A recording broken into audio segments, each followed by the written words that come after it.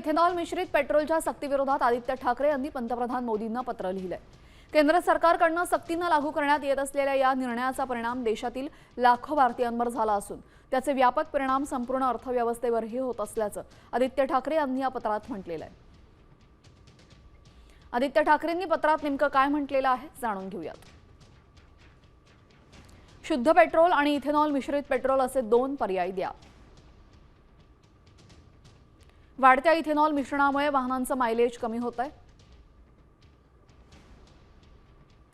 धोरणाचा फायदा काही विशिष्ट उद्योग समूहांनाच होतोय।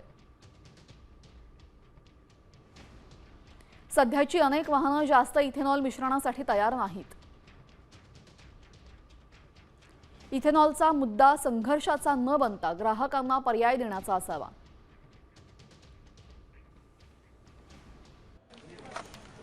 साम टीव्ही मला बघायला आवडतो कारण त्यावर दाखवल्या जाणाऱ्या बातम्या रिलेट करतात।